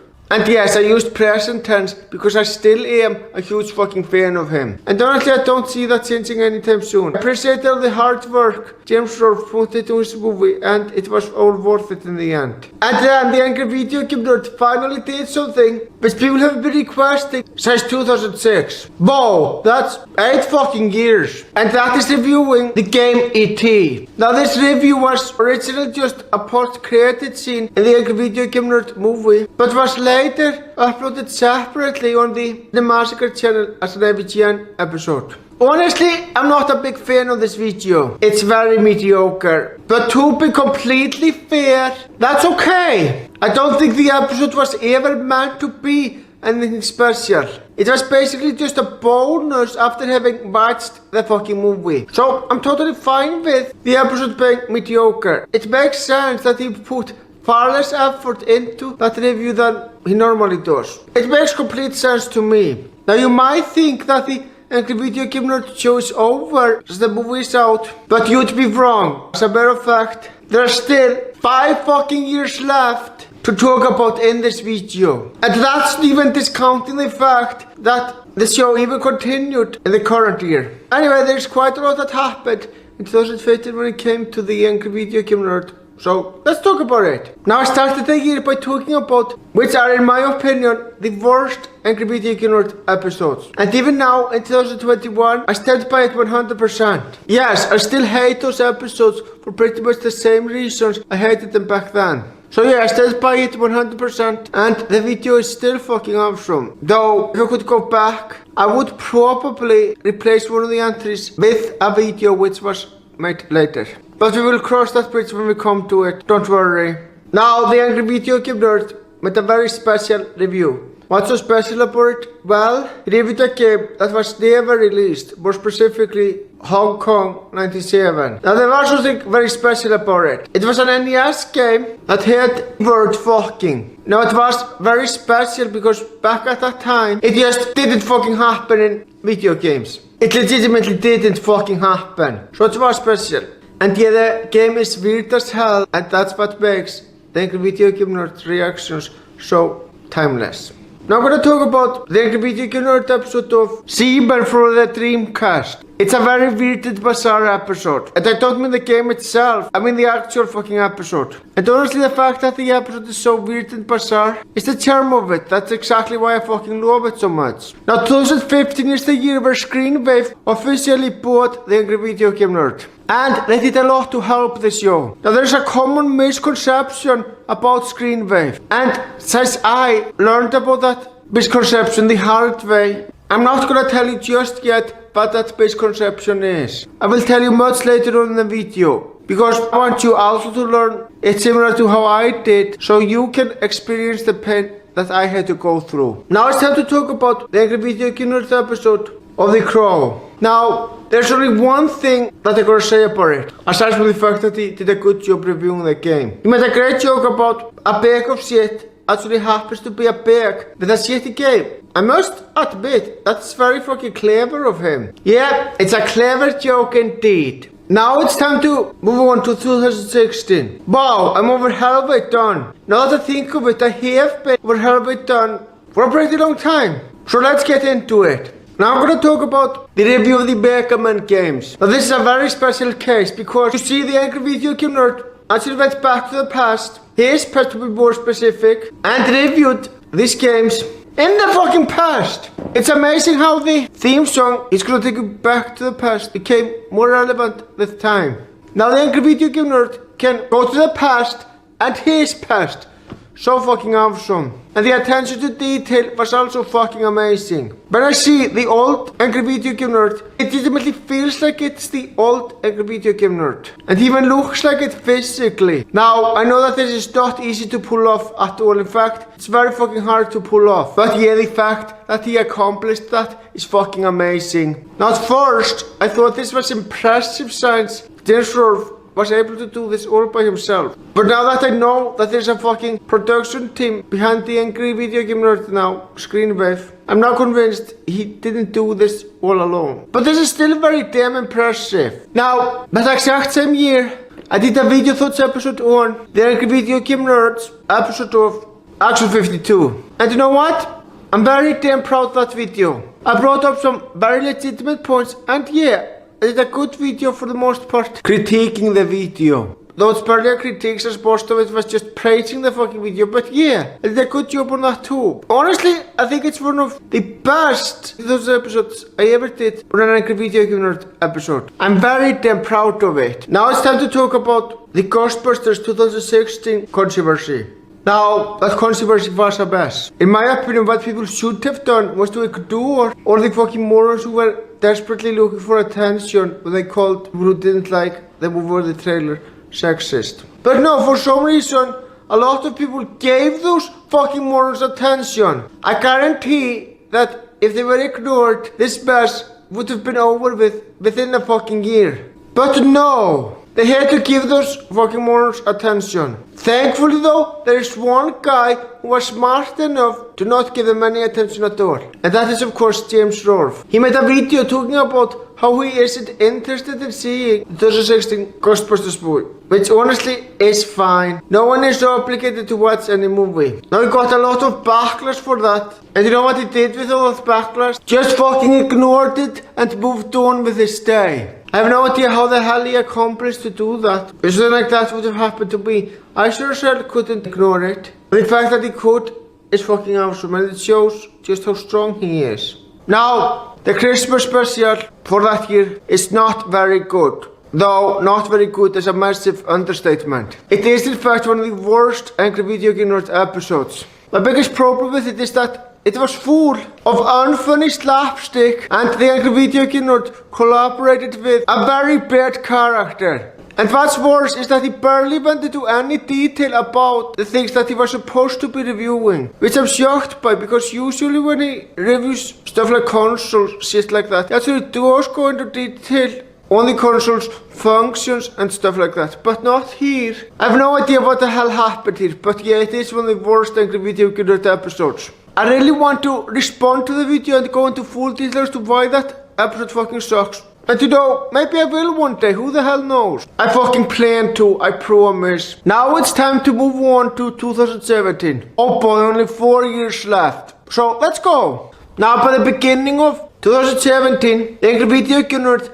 finally did something that his fans have been waiting for a very long fucking time. In fact, I think they have been waiting for it since the Angry Video Game Nerd started his show, since the game was new back then. He finally got around to reviewing Sonic the Hedgehog from 2006. Now obviously, the nerd couldn't review that game back in 2006, since at the time, the game was new. Therefore, it would go against the theme song. He's gonna take you back to the past to play the shitty games that suck ass. But by 2017, however, that game is at least a fucking decade old, so it qualifies as an old game. Therefore, James Rolfe really did follow along with the theme song. And you know what? The Angry Video Game Nerd didn't disappoint. The review honestly is fucking awesome, and the nerd brought up some very legitimate points about the game. It's much better than Game Dude's review of the game, that goes for damn sure. Now it's time to talk about the Halloween special of that year. You see, it was something very special.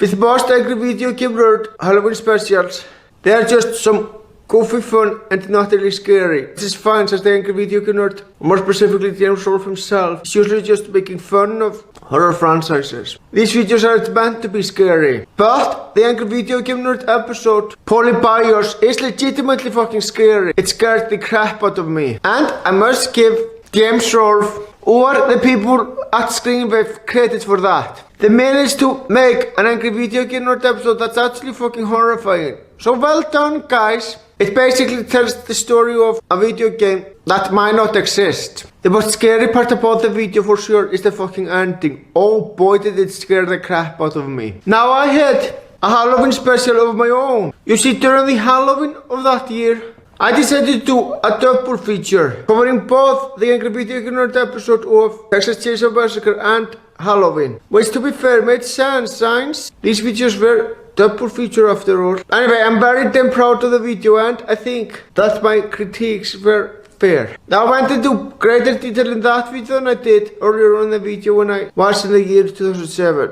So yeah, overall a fucking great video thoughts episode and probably one of my best. It is one of the best I made on the Angry Video Game Nerd. That goes without saying. Later on, the Angry Video Game Nerd made a follow-up to his Sonic 2006 review. And honestly, I found that video fucking pointless. The Angry Video Game Nerd already said everything you need to say in the original review, so why make a follow-up? But more on that in a later entry when I talk about the video I made where I address my problem with that sort of thing in general. Now it's time to talk about 2018. So let's go. And the year started with James Rolfe doing a passion project. And that passion project is Earthbound. Now this episode is longer than usual and the Angry Video Game Nerd went into more detail than usual. Honestly, the review is fucking awesome. He went into great detail on how fucking great the game is. Not only that, but he also had some legit critiques towards the game. I can tell that he put a lot of fucking effort into the video, and back then, I did think that he deserved a break from the Angry Video Game Nerd show, and I wouldn't blame him for that. He didn't take a break though, the show kept on going, but I wouldn't blame him for that since he worked so fucking hard on the video. And honestly, I did say at one point that this is one of the best reviews made in 2018. And you know what? I stand by that point fucking completely. Now during that year, I made a video thoughts episode on the Angry Video Game Nerd's Jaguar review. And looking back, I'm very fucking proud of that video. And my critiques were fair. I mean, I am willing to admit I made a few flawed points, but for the most part it did a great fucking job. And yeah, I do think it's one of my best. Mind you, the majority of the video thoughts episode on the Angry Video Game Nerd, which I'm addressing in this video, really are some of my best. That is why I'm bringing them up after all. So yeah, that is why that term is very fucking common in this video specifically. Just wanted to point that out. Now I'm gonna talk about the Angry Video Game Nerd's episode of Tomb Raider. Well, not exactly the episode itself, but something horrible that happened to me. You see, I was just making a video thoughts episode responding to the Angry Video Game Nerd's review of Tomb Raider, and something fucking terrible happened. Within a day of uploading the fucking video, it got blocked worldwide. And when I disputed the copyright claim, it got rejected and the video remained blocked worldwide. Look, I know that many people like to say fuck screenwave, but I'm not that kind of a guy. I legitimately believe this was a mistake on Screenwave's part, and yes, I think it was a mistake of them too to reject my dispute. I honestly don't hold that against them. I think it was really a mistake on their part. But unfortunately, because of what happened, I got so fucking scared. And after this point, I rarely responded to the Angry Video Game Nerd anymore. I fucking wanted to, I really fucking did. But I did it very rarely after that. Which sucks, because I fucking love the Angry Video Game Nerd. That fear has unfortunately not gone away. And yeah, that is unfortunately the main reason why I don't do video thoughts episode on the Angry Video Game Nerd much nowadays. I wish Screenwave would accept my dispute. I don't think they're going to, and again I think it was a mistake on their part. And you know what the most messed up part about this is? This was a video where I was actually fucking praising the Angry Video Game Nerd episode of Tomb Raider. I flat out said in the video that it's one of the best Angry Video Game Nerd episodes of 2018. I really want to have a conversation with you guys at Screenwave and settle things with them. I would fucking love to and convince them that they were in the wrong. But honestly, I don't see that happening. Why the hell would they want to contact a fucking nobody like me? Thankfully though, you can still see the video. It has been re-uploaded to BitChute, but it still fucking sucks and made me so scared that I rarely even make videos responding to the Angry Video Game Nerd anymore. I wish I could get over my fear, but it's hard, and again, it affects me even to this day. Oh, and one last thing to know too. Back then, I didn't know that Screenwave helps James Rolfe with the Angry Video Game Nerd show. I didn't even know what the hell Screenwave actually was. I didn't know they own the Angry Video Game Nerd now. I wasn't aware of it at all. I legitimately thought that this was just a company pretending to own something that they don't. I didn't figure that out until years later. Just wanted to point that out. This is also the year when Rental Reviews started. For those of you who don't know, Rental Reviews is basically a series of videos where James Rolfe, along with his friends, review a movie together. I must admit, it was hell of a lot of fun. My personal favorite is when they reviewed Jingle All The Way. and it's a massive fucking improvement over the Nostalgia Critic's review of the same movie. Yeah, I love the Nostalgia Critic, and I still do, but I am still willing to admit that the Nostalgia Critic's review of Jingle All The Way is without doubt, without question, one of his fucking worst reviews. But yeah, they did a much better job reviewing the movie than the Nostalgia Critic did. And from what I remember, they actually fucking like it, which is beyond fucking awesome. I'm saying from what I remember because I haven't watched that video in a longest time, but yeah, from what I remember, that's fucking true. And then comes a very special Christmas special. You see, this is a co-op review the Angry Video Game Nerd did with Macaulay Culkin. Now, what can I say? It's fucking awesome to see him in an Angry Video Game Nerd episode. Actually, it was pretty common that celebrities appeared in the Angry Video Game Nerd. I will be talking about another celebrity appearance in a later year. Anyway, for those of you who don't know who that is, well, he's basically the same guy who played Kevin in the first two Home Alone movies. Yeah, he was a kid at the time, but now he's an adult. You know, the funniest part about this video is that the Angry Video Game Nerd is totally unaware that it's fucking Culkin and thinks it's just a pizza guy in the movie. That shit made me laugh so much. Now I know that James Rolfe isn't dumb. When he plays the Angry Video Game Nerd, it's obvious that he's just playing a character. Of course, James Rolfe himself would fucking know that, but the Angry Video Game Nerd didn't. And it's funny as hell. Yeah, this wouldn't be as funny if the Angry Video Game Nerd was aware that this was the guy who he is. Yeah, it's funny as hell. What else can I say? Now it's time to talk about 2019. We're almost at the end of the road, people, so let's get into it. Now it's time to talk about the Angry Video Game Nerd episode of Aladdin Deccan Changer. I fucking loved that episode. I thought it funny as hell. And the genie was especially fucking funny. And I also love how much of an asshole the Angry Video Game Nerd is. Hell yeah, the episode was fucking awesome, very informative. And yeah, I fucking love it. Obviously, Silent Drop didn't agree and responded to that video. I do think that his video was fine for the most part, and I still stand by that. But the fact that he cared so much that people still like the Angry Video Game Nerd was fucking pathetic. Seriously, Silent Drop, why the hell do you even care? Just let people enjoy the Angry Video Game Nerd show and don't be a dick about it. It really is pathetic that Silent Drop is about the same age as me and doesn't realize that. This would be normal for a teenager, but not for a grown-ass man.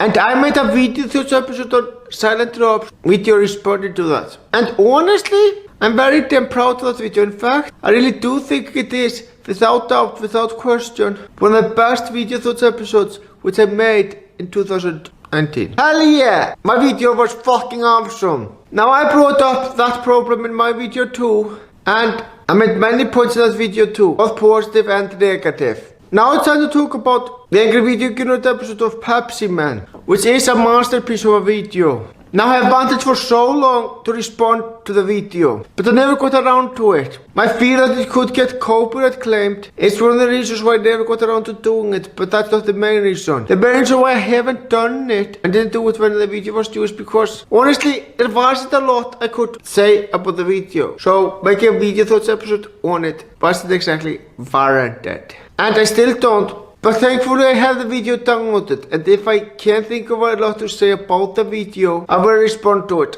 I hope I will fucking get to do that one day. That'd be so fucking great. Anyway, I will get into the main reasons why I like it right now. The fact that everything that Pepsi Man touches turns into Pepsi was fucking funny. And I also love how the guy from the Pepsi commercial made an appearance in the Angry Video Game Nerd episode. That is so fucking great. And many things that are supposed to be scary actually looked fucking silly. Which to be fair is expected as the Angry Video Game Nerd is a comedy show. Yeah, this is an absolute fucking masterpiece of a video and I fucking love it for that. Let's all hope that one day I will fucking respond to it. I really hope to one day. And then the Angry Video Game Nerd did a follow-up of Superman 64. Which is pointless, since he didn't need to expand his original review. But again, more on that later. Now it's time to talk about the Angry Video Game Nerd episode, Life of Black Tiger with Gilbert Gottfried. Now this video is very special, because it has a fucking celebrity who guest stars in it. For those of you who don't know who that is, well, he's basically the same guy who voiced Yago in the animated Aladdin movie.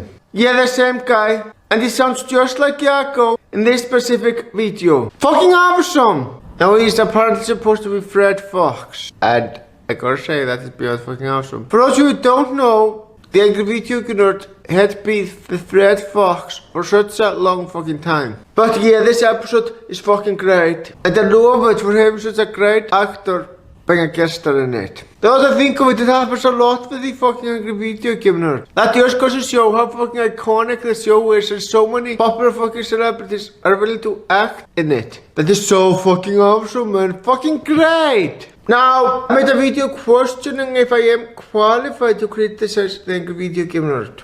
And now I realize, yes, I absolutely fucking am.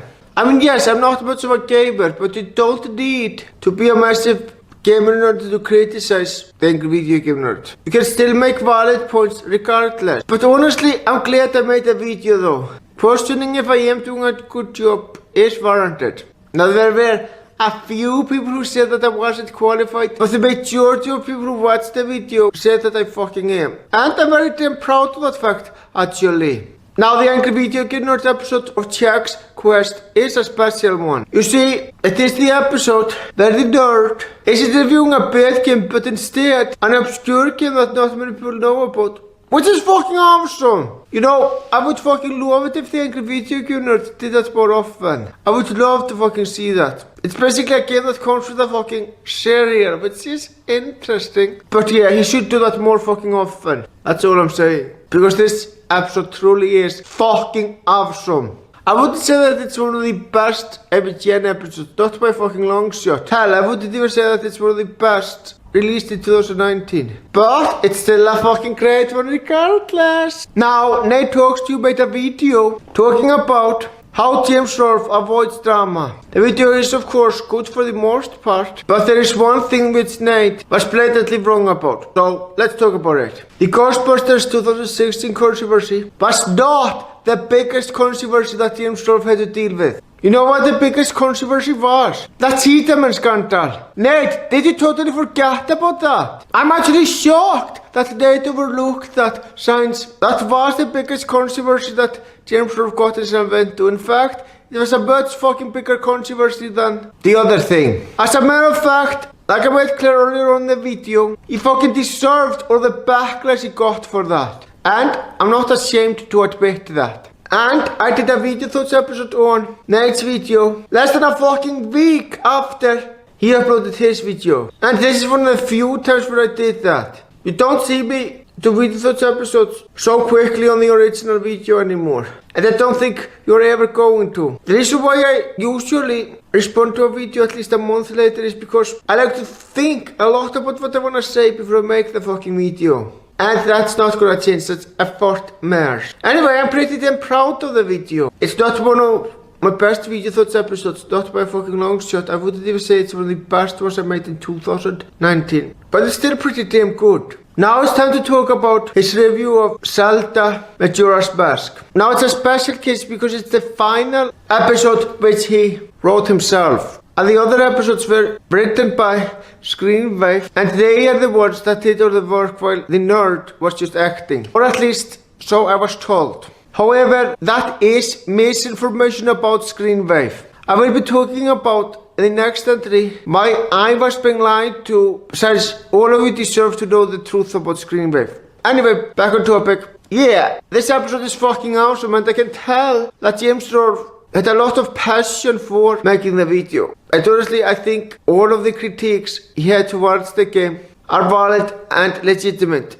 Meaning, that's how he truly fucking felt. And you know, this episode was also a throwback to the old MGN. I don't think most of the frustration on James Rolfe's part in that video was acting. I think he was completely legitimate with all his anger in the video. And I can say safely that it's not the case most of the times, but in this case, it legitimately fucking felt that way. Now, of course, it's a long-ass video, which, to be fair, makes sense. He had a lot to fucking talk about. Now, despite how long it is, it's still a very fucking awesome video in all honesty. And I still stand by it's one of the best reviews of 2019, without a doubt. Hold on, what about Earthbound? That is clearly a better review, and Oh, it was made another year. Never mind. Alright, now I'm gonna clear up some misinformation about screenwave. And also defend them because the hate they get is completely unwarranted. Now, I was told that James Rolfe doesn't write for the Angry Video Game Nerd anymore and all he does is act. And that he doesn't even play the fucking games anymore. What I was told was a blatant fucking lie. And honestly, I am fucking pissed that no one cleared up this misinformation to me and corrected me until fucking September, the final month before the deadline. Yeah, I'm legitimately fucking pissed. I needed to fucking know this information far fucking sooner. Possibly when I opened the fucking document that everyone can contribute to. I'm so fucking pissed that I wasn't told about this until the same month of the fucking deadline for the document regarding this video. But anyway, I thank PM Rants for clearing this misinformation up for me. I am fucking glad that James Rolfe still tells his honest opinions on the games that he is talking about as the Angry Video Game Nerd character. I am so fucking grateful for that. But I am still pissed off that I was wrong about this. And seriously, fuck the assholes who spread that misinformation in the first place. That is not cool. Now that of course doesn't mean that Screenwave didn't have any involvement at all, because they did obviously, but their involvement was to help James Rolfe, not to do stuff for him. I mean, they did do stuff for him, but James also did some of the stuff himself. So yeah, don't believe the lies about Screenwave. They aren't doing literally everything for James Rolfe and he's only the actor. They are fucking helping James Rolfe so he can make more Angry Video Game Nerd episodes regularly. So fuck that misinformation that I've been told. And fuck the unwarranted hate that Screenwave has been getting. Now I'm sure that some of you might be asking for proof for my claims. But alright, I can show you proof. In the video description below is a link to a video made this year where James Rolfe cleared up that misinformation. You definitely want to check that video out for yourself. Trust me, you do. And you will learn a lot of things about Screenwave that you probably didn't know before. And now it's time to talk about 2020 and holy shit. They're at the end of the road. But there is a shit ton that happened that year. So the entry for 2020 is probably gonna be fucking long, so bear with me. So anyway, without further ado, let's fucking talk about it. The beginning of 2020 marks a very special episode. You see, back in 2007, the nerd made a joke about how we binary rate 2020 in the year 2020. Now, no one expected that the show would still go on for that long. In fact, I'm sure most of us expected the Angry Video Game Nerd show to end long before 2020. But to our all ever-shocking surprise, the Angry Video Game Nerd is still going and going strong, even in fucking 2020. Wow, that is fucking awesome. So this joke actually became fucking reality. That is so fucking awesome. Looking back, this episode is nothing special. It doesn't have much rewatch value. The only thing special about it is that the nerd finally did what he said he would do as a fucking joke. The fact that this became a reality is fucking awesome. Although this episode is nothing great, it's still very damn good. Now 2020 was very revolutionary. What's so special about it? What's so revolutionary about that year? Well, it's very simple. That is officially the year when the Irate Gamer and the Angry Video Game Nerd collaborated in a video. Now bear in mind that before this point, Chris Bors and James Rolfe pretty much ignored each other's existence. Hell, James Rolfe even said, Chris is pretty much pretending that I don't exist, so I'm doing the same. Yeah, they were pretty much ignoring each other's existence. Which is fine, honestly. They knew there was a feud between the fans of the Angry Video Game Nerd and the Irate Gamer.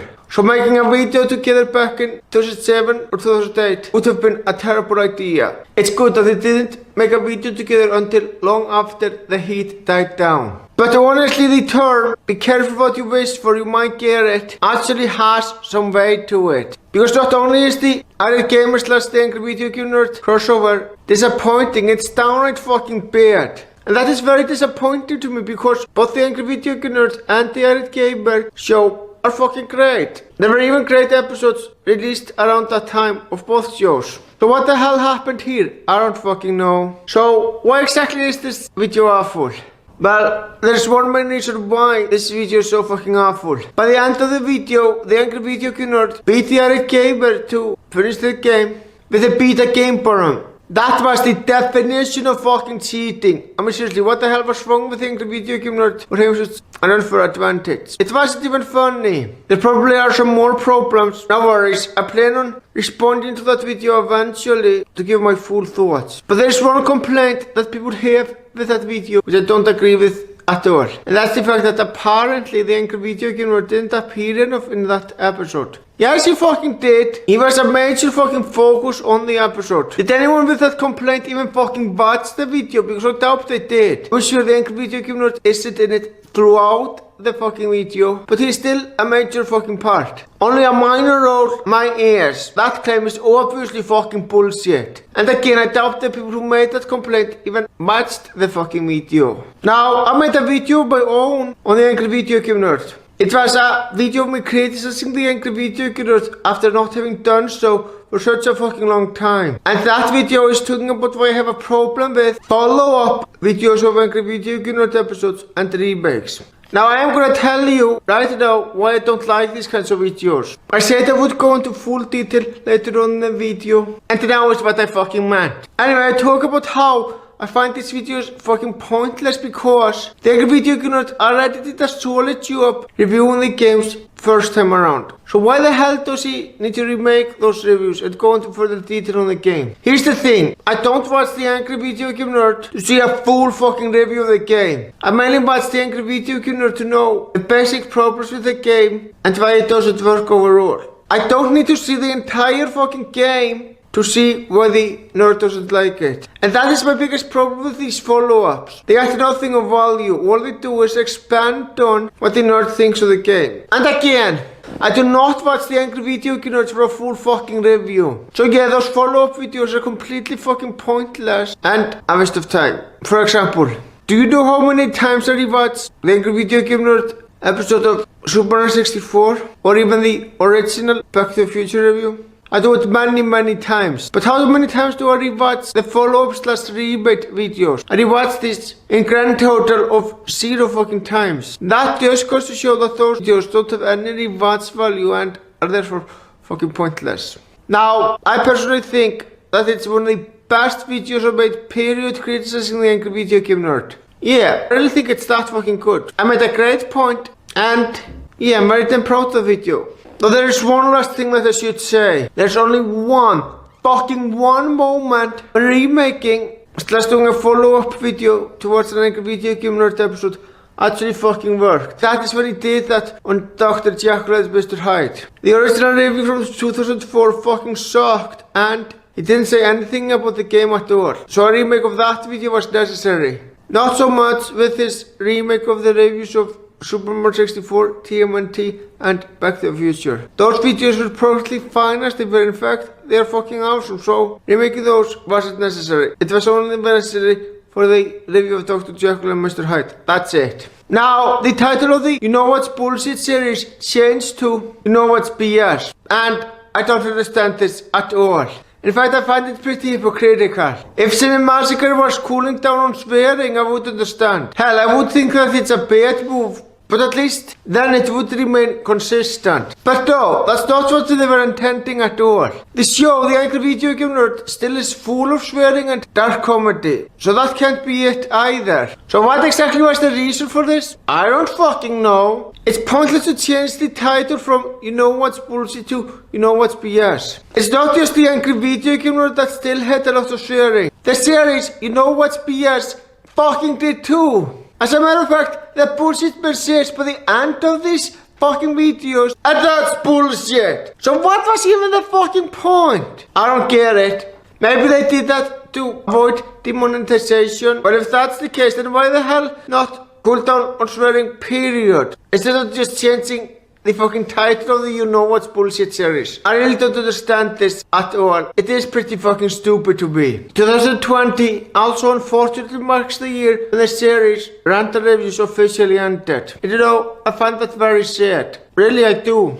Because those are some fucking great series and it was always fun to see those guys review and talk about movies together. It's too bad that we just don't get to fucking see it anymore. Ah well. It was fun while it lasted. And on the plus side, I can always see the old rental reviews videos. But as for new ones, they're not being fucking made anymore. which again I find shit. It was a great fucking series. Now there's something special to note about the Angry Video Game Nerd episode of The Simpsons.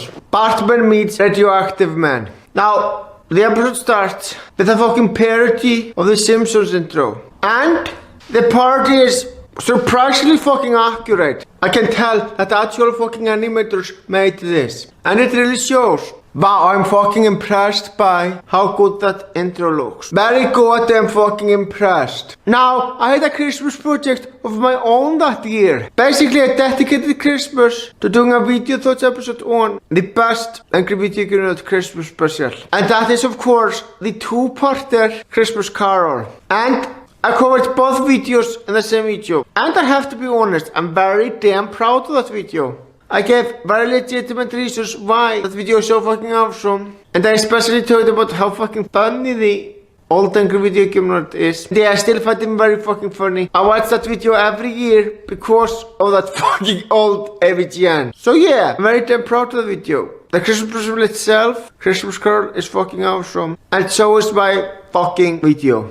I don't need to say anything about the Christmas special itself, since I already did much fucking earlier on in the video, so let's move on. Now I'm gonna end this video by talking about a very significant event that happened with the massacre. There's nothing more significant than this, so let's talk about it. Basically, by the end of the year, Mark Matei left the massacre. And honestly, I think it's a good thing. Mark Matei has done a lot to fucking help the Angry Video Game Nerd show over the years. During the first few years of the Angry Video Game Nerd show, he is the main thing that got the show so fucking popular in the first place. He did a lot to help. He didn't just play one of the characters in the AVGN show, he also helped with the script and stuff like that. He did a fucking lot to help the massacre. You know what? I think the guy deserves a fucking break. Really, I do. And since screenwave is there to help James Rolfe, Mike Matei really isn't needed anymore. Sure, I will miss not seeing Mike Matei as playing as those fictional characters.